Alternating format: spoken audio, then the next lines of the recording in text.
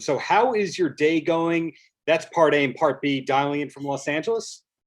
Yes, I am in Los Angeles. The day's going well. I'm meeting some nice people on Zoom interviews all over the country. It's very exciting. Where are you? Long Island, New York, where I'm sure there's lots and Oh, lots of fans of yours at. well, I hope so. Of course. I hope so. How is Long Island right now? How is it? Heat wave, but Ooh. couldn't it always be 20 times worse? Yeah, that's true. It could be 20 times, but it's hot here. I just changed it. It doesn't even look like a shirt. It looks like I'm wearing a shirt. It's a shirt. Sorry, it's hot here, and you can't have the air conditioning on when you're Zooming. So I feel for you. I hear you. The AC is going back on in about 15 minutes or less. So cutting right into it. The first question, before I ask you about Welcome to Happiness, I couldn't figure this out. Do you have a nickname? Is there a second name that anyone calls you by? uh, well, I mean, I jokingly call myself Babs De Niro when I'm wearing a velour tracksuit.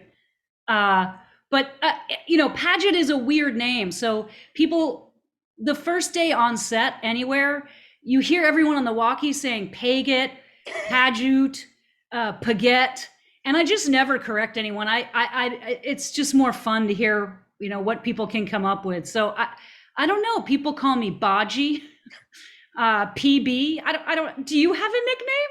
I haven't really thought about that. I was going to go with PB or some PB. like variation on the rapper named Master P, like, I don't know, Oh. Easy P, Cool P. I don't know. Whatever it is.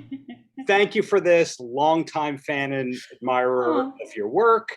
Welcome to Happiness is how we were connected in the first place. When you made the film, did you know, hey, this is a special one. Everybody in this is going to make it, and we're going to have a director's cut. Did you have any kind of inkling of that?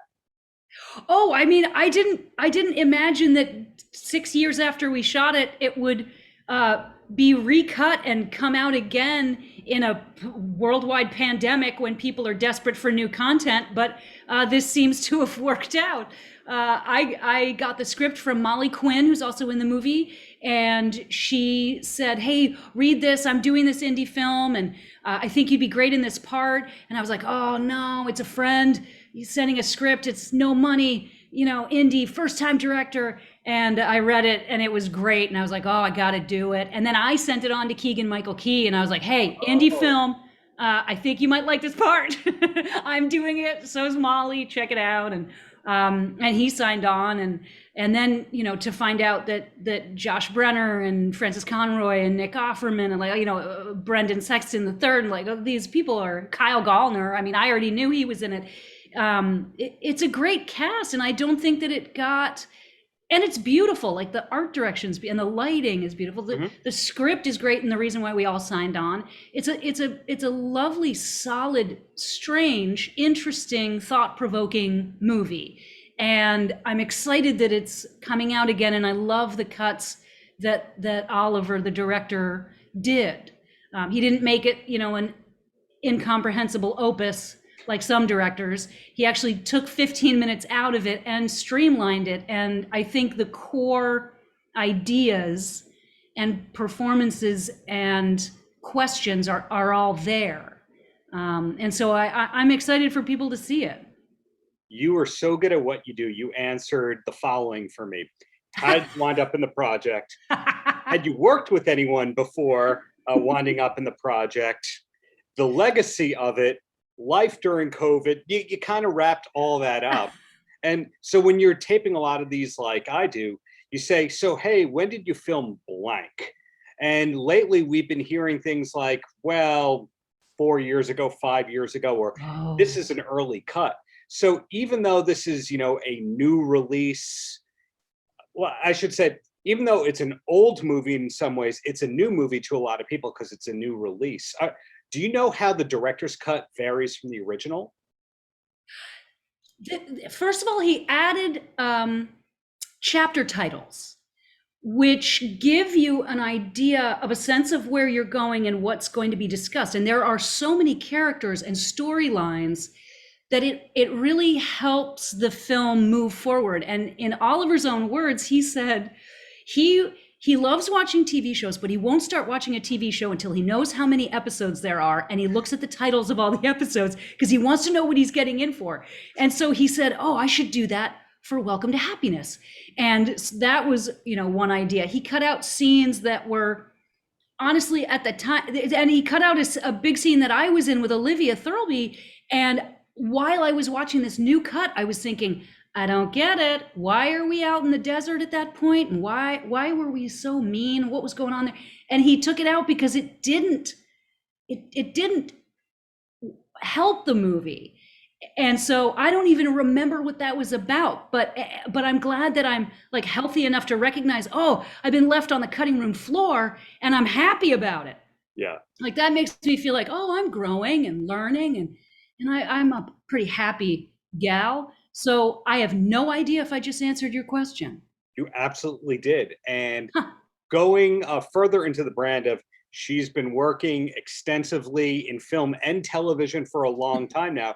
I don't think everybody realizes your extensive credits in the voiceover world related to animated shows. Was the first one of those that you did Duck Dodgers, and did that lead to everything else? Oh, no, the first one I did was, I think 1996 or 97, the Godzilla series on Fox.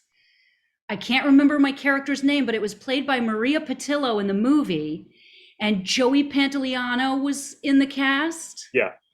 And Kevin Dunn, who was in Godzilla, he played the Colonel or whatever. So Godzilla was the first animated series I did, and that was back when everyone was in the room. So you would have 15, 16 actors in a big, studio room. Everyone had music stands, and the director was behind, in the audio booth behind a double pane of glass, saying into a mic, okay, we're going to go from line 64 and we'll do a 3, 2, 1, go. And I had to learn, those guys had to teach me everything, what that meant. It meant you say the line 3 times and then the next person says their line.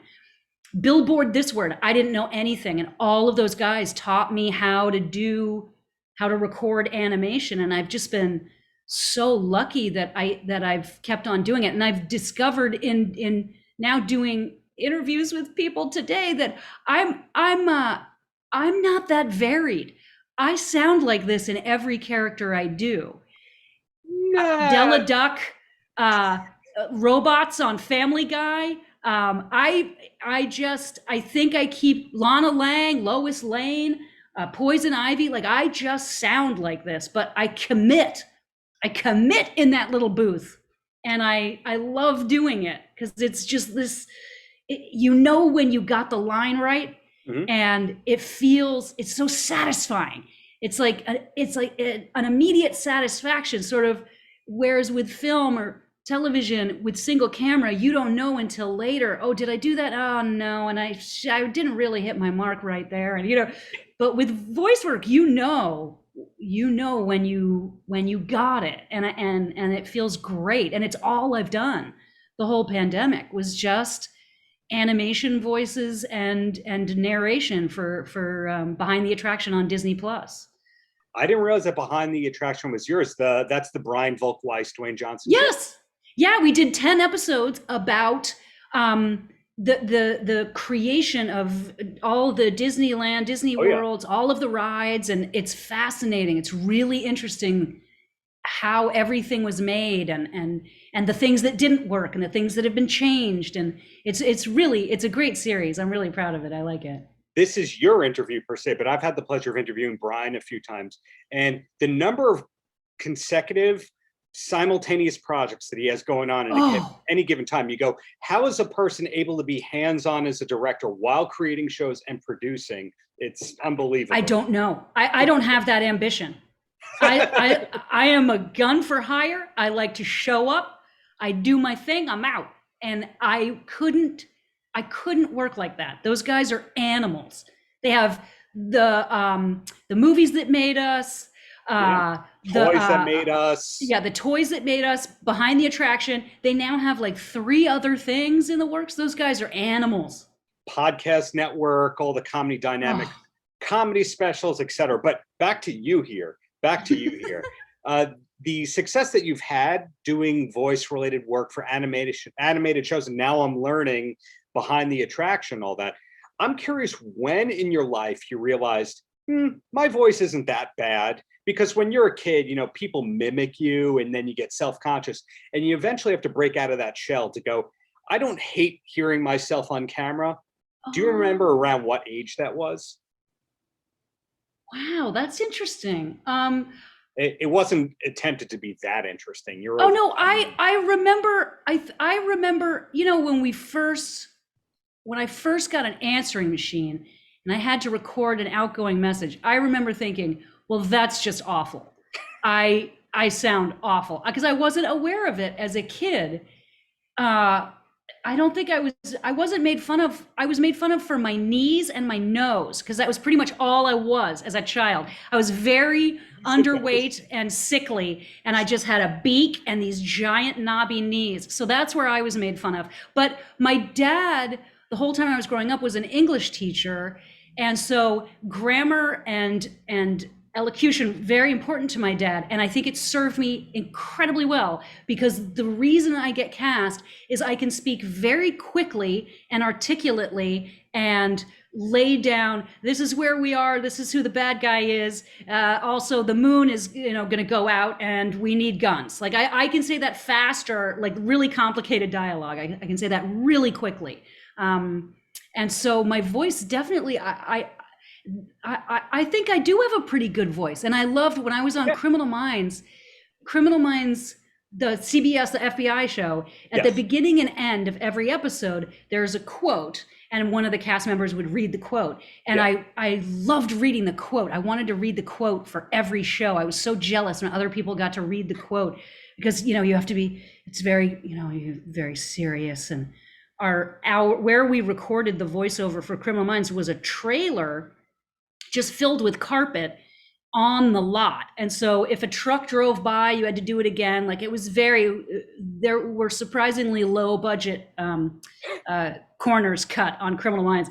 And but in reading those quotes, if I saw an episode, I'd be like, oh, I do sound good. And I don't know why. Now I want to know why I haven't had a national campaign. I can sell things. Yeah. I like my voice now. Well, two quick questions. Well, for me, they're quick. I don't know if they're going to be quick for I'll you. talk too much. Go ahead. Okay. I'll edit. Go ahead. No, big fan of what you're saying. So the first one, Criminal Minds, huge show for a long, long time, syndicated. People are still watching it, etc. But what I found is there's certain shows that were hits in the middle of the country, and then the East and the West Coast less so. I was curious. I've heard from people who are on Bones that was the thing, that Bones, they would go in the middle of the country and be mobbed, and then they could walk around unscathed East and West Coast. I would imagine Community was the opposite, where now all these people picked up on you from the East and West Coast, and then they didn't pick up on that when you were in Middle Americas. Don't we know you from Criminal Minds? Is this a totally made up thing or applicable? No, you're 100% right. And we would, on Criminal Minds, if we ever went anywhere on vacation, we would text the whole cast thread saying, you guys were super famous in Denver. Guys, Michigan, forget it. You can't do a drive-through. I mean, it's hilarious. But New York, LA, nope, no, nothing, nada, zip. But yes, Community and Friends. Oh, yeah. That's where I would be recognized in New York and LA. Friends, yes, the rest of the country, but Criminal Minds was so big, and those guys on Bones, that's their. It's true. Same thing. Probably the same thing for NCIS and CSI. No, procedurals, you're massive. You can't, and you know what? I'll be honest, it's really fun sometimes because it makes Chicago O'Hare Airport a whole lot more fun when people are happy to see you, because that's a lousy airport. So it's nice. It's nice to be embraced for making a show that people like. For all the right reasons. And then the last question, besides Welcome to Happiness, do you have a TV recommendation that you could pass along to someone who needs a new show to start? Have you seen White Lotus on HBO? I have not. Okay, it's a new show by Mike White, who did Enlightened. He and his father were contestants on The Amazing Race. I don't know if you know that. This big director, Hollywood director, he and his dad were contestants on The Amazing Race, like season 6. I watch all the cooking shows. I admit it, I'm watching this show called F-Boy Island. I know it's wrong. I know it's wrong. I love the Top Chef. Yeah, the Top Chef Master. I'm rewatching all of those. I'm trying to think of more. Do you have a show for me? The new show that's coming out on Stars in a week or so called Heels is excellent. I don't have Stars. Should I get Stars? I don't have Stars. If the Stars people are watching this, yes, you should have Stars. It is a must-see network, and we love it very much. The new season of I Think You Should Leave by Tim Robinson. Have you seen that? No. What is it? Excellent sketch comedy show. Oh, yes. It is bizarre. I saw the one with Bob Odenkirk in the diner. Yes. And my husband and I were watching sketches the other night, and my husband was like, "What is it? I never heard of this. What is this?" And they're so good that we're watching them going, "How has this sketch never been made? And how are there enough ideas left for these brilliant sketches?" That show is amazing. You got taste. That's the point that we've learned. Besides having to see Welcome to Happiness as soon as you can, we've learned you've got taste. So thank you so much for your time. Looking forward to all the upcoming projects from you as always. Thank you. Have a great day in Long Island. Take care. Paltrocast.